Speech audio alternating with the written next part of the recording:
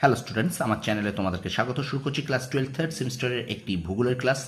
দেখতে পাচ্ছ তোমাদের সামনে রয়েছে রায় ও মার্টিন প্রশ্নবিচিত্রা উচ্চ মাধ্যমিক প্রশ্নবিচিত্রা ক্লাস 12 থার্ড সেমিস্টার। আমরা কিন্তু ভূগোলের থেকে এই প্রশ্নবিচিত্রা থেকে কিন্তু ভূগোলের অধ্যায়ভিত্তিক এমসিকিউ ক্লাস করছিলাম। তো আজকে আরও একটি এমসিকিউ ক্লাস তোমাদের জন্য নিয়ে এসেছি। তো প্রথম থেকে শেষ পর্যন্ত ভিডিওটা দেখবে, একটু স্কিপ করবে না। চলো শুরু করে দিই ক্লাস 12 থার্ড সেমিস্টারের রায় ও মার্টিন প্রশ্নবিচিত্রা থেকে ভূগোলের অধ্যায়ভিত্তিক এমসিকিউ ক্লাস দেখে নাই। আচ্ছা, আজকে আমরা পড়ব যে এমসিকিউ ক্লাসটা, সেটা হলো পরিবহন ও যোগাযোগ ব্যবস্থা। এই অধ্যায়টা আমরা করব। আমাদের কিন্তু 17টা ক্লাস হয়ে গেছে, আজকে আমাদের এটা কিন্তু 18তম ক্লাস। আজকে এটা কিন্তু আমাদের 18তম ক্লাস। তো প্রথম থেকে শেষ পর্যন্ত ভিডিওটা দেখবে, একটু স্কিপ করবে না, ঠিক আছে? পরিবহন ও যোগাযোগ ব্যবস্থা আজকের চ্যাপ্টারটা শুরু করছি। অধ্যায়ভিত্তিক এমসিকিউ ক্লাস 12 থার্ড সেমিস্টারের রায় ও মার্টিন প্রশ্নবিচিত্রা থেকে, ঠিক আছে? চলো শুরু করি, ক্লাসটি দেখে নাও। পরিবহন ও যোগাযোগ ব্যবস্থা দেখো। প্রথম এক দাগ, সোনালী চতুর্ভুজ এই শহরগুলির মধ্যে কোনগুলিকে যুক্ত করেছে? উত্তর হবে দিল্লি, মুম্বাই, চেন্নাই, কলকাতা। ঠিক আছে, উত্তর হবে দিল্লি, মুম্বাই, চেন্নাই, কলকাতা। পরের প্রশ্ন, ভারতের দীর্ঘতম জাতীয় সড়কপথটি হলো, দেখো এখানে একটা জিনিস দেখে নাও, বিশেষ দ্রষ্টব্য, প্রশ্নগুলিতে বিকল্প, প্রশ্নগুলির মধ্যে উত্তর না থাকায় বিকল্প পরিমার্জিত দেওয়া হলো। ভারতের দীর্ঘতম জাতীয় সড়কপথ 44 নম্বর জাতীয় সড়ক। ঠিক আছে, কারণ এর মধ্যে কিন্তু কোনো অপশানগুলি ঠিক নেই। ওকে, তাহলে ভারতের দীর্ঘতম জাতীয় সড়কপথ কিন্তু 44 নম্বর জাতীয় সড়ক। পরের প্রশ্ন, ভারতে একটি শুল্ক মুক্ত বন্দরের নাম লেখো। উত্তর হবে কান্ডালা। আচ্ছা, কলকাতা ও দিল্লিকে সংযোগকারী জাতীয় সড়কপথটি হলো NH2। ভারতের জীবনরেখা বলা হয় রেলপথকে। ভারতের বৃহত্তম বন্দর শহর মুম্বাই। আচ্ছা, সোনালী চতুর্ভুজের বাহুর দৈর্ঘ্য অনুযায়ী অধক্রম সাজিয়ে সঠিক বিকল্প নির্বাচন করো। দেখো এখানে কলকাতা চেন্নাই আছে, চেন্নাই মুম্বাই আছে, দিল্লি কলকাতা আছে, মুম্বাই দিল্লি আছে। এখানে হবে 1 3 4 2, 1 3 4 2। আচ্ছা, পরের প্রশ্নটা দেখো, মানচিত্রে চিহ্নিত জলপথ দুটি ভারতের কত নম্বর জাতীয় জলপথ? এখানে দেখে নাও 1 আর 2টা আছে, এখানে কিন্তু হবে NW73, NW100। ঠিক আছে, দেখো এই চিত্রটা তোমরা একটু দেখো। ঠিক আছে, তারপর দেখে নাও মানচিত্রে চিহ্নিত জলপথটি ভারতের কত নম্বর জাতীয় জলপথ। ঠিক আছে, দেখো NW73, NW100। ওকে, চিত্রটা ভালো করে দেখো। ওকে স্টুডেন্টস, ভিডিওটি একটুখানি লাইক করবে, শেয়ার করবে, বেশি বেশি করে লাইক করো, শেয়ার করো বন্ধু আছে। ঠিক আছে, আর আমার চ্যানেলে নতুন হলে অবশ্যই চ্যানেলটা সাবস্ক্রাইব করো। আমি কিন্তু ক্লাস 12-এর মডেল কোশ্চেন সেট করাচ্ছি রায় ও মার্টিন প্রশ্নবিচিত্রা থেকে। ঠিক আছে, অবশ্যই বেশি বেশি করে তোমরা একটু শেয়ার করো। চলো আমরা ভিডিওটা কন্টিনিউ করি। চলো এবারে প্রশ্ন দেখো,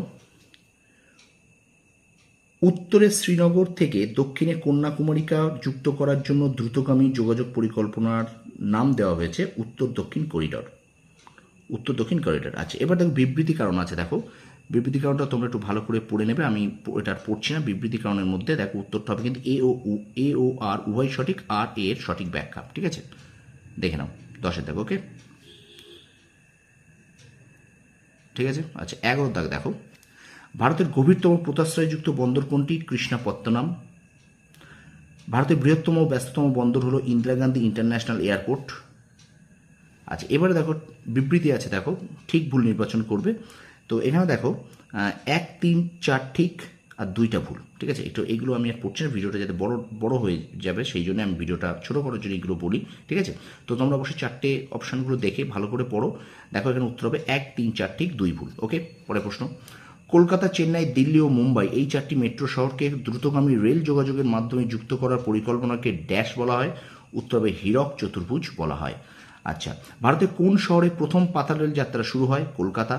ঠিক আছে, পরের প্রশ্ন দেখো, প্রদত্ত প্ল্যাটফর্মগুলি নিম্নের কোন মাধ্যমটির সঙ্গে সম্পর্ক? এখানটা দেখো, এটা ভিডিও কনফারেন্স। ঠিক আছে, video conference, Zoom, Skype, Google Meet, Microsoft team. ঠিক আছে, এটা উত্তর হবে ভিডিও কনফারেন্স। পরের প্রশ্ন দেখো, কোন দুটি স্থান ভারতের দীর্ঘতম জাতীয় সড়কপথ NH44 সঙ্গে যুক্ত করেছে? বারাণসী ও কন্যাকুমারিকা। পরের প্রশ্ন, ভারতের প্রাচীনতম সড়কপথটি হল NH19। আচ্ছা, এবার দেখো এই যে স্থানের চিহ্ন, সঠিক বিকল্পটি হলো, এটা দেখে নাও, গণযোগাযোগ মাধ্যম। কী হবে? এটা হলো গণযোগাযোগ মাধ্যম, টেলিভিশন, ভিডিও কনফারেন্স, বেতার পরিষেবা, ইন্টারনেট। ঠিক আছে, গণযোগাযোগ মাধ্যম। পরের প্রশ্ন এবার দেখে নাও, এখানে অনুচ্ছেদটি মনোযোগ সহকারে পড়ো এবং নিম্নলিখিত প্রশ্নটির উত্তর দাও। আমি আর পড়ছি না, তোমরা এই প্যাসেজটা খুব ভালো করে পড়বে। ভালো করে পড়ার পরে তোমরা কিন্তু উত্তর দেবে। ঠিক আছে, দেখো ভারতে কত সালে জনসাধারণের প্রথম ইন্টারনেট ব্যবস্থা চালায়? 1995 সালে।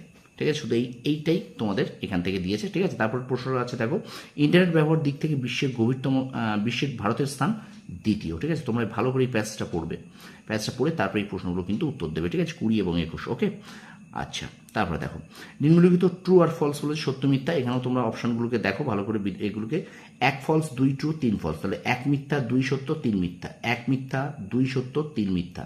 ঠিক আছে, 1 ফলস 2 ট্রু 3 ফলস। ঠিক আছে, আচ্ছা পরের প্রশ্ন দেখো, ছত্রপতি শিবাজী আন্তর্জাতিক বিমানবন্দর অবস্থিত মুম্বাইতে। আচ্ছা ভারতের প্রথম পাইপলাইন পরিষেবা চালু হয় ড্যাশ থেকে ড্যাশ পর্যন্ত, ডিগবয় থেকে তিনসুকিয়া পর্যন্ত। আচ্ছা পরের প্রশ্ন, পৃথিবীর বৃহত্তম ডাক ব্যবস্থা কোন দেশে পরিলক্ষিত? ভারতে। আচ্ছা শিক্ষার বিস্তার ও জনসচেতনতা বৃদ্ধিতে কোন যোগাযোগ ব্যবস্থা গুরুত্বপূর্ণ ভূমিকা পালন করে? গণযোগাযোগ ব্যবস্থা গুরুত্বপূর্ণ ভূমিকা পালন করে।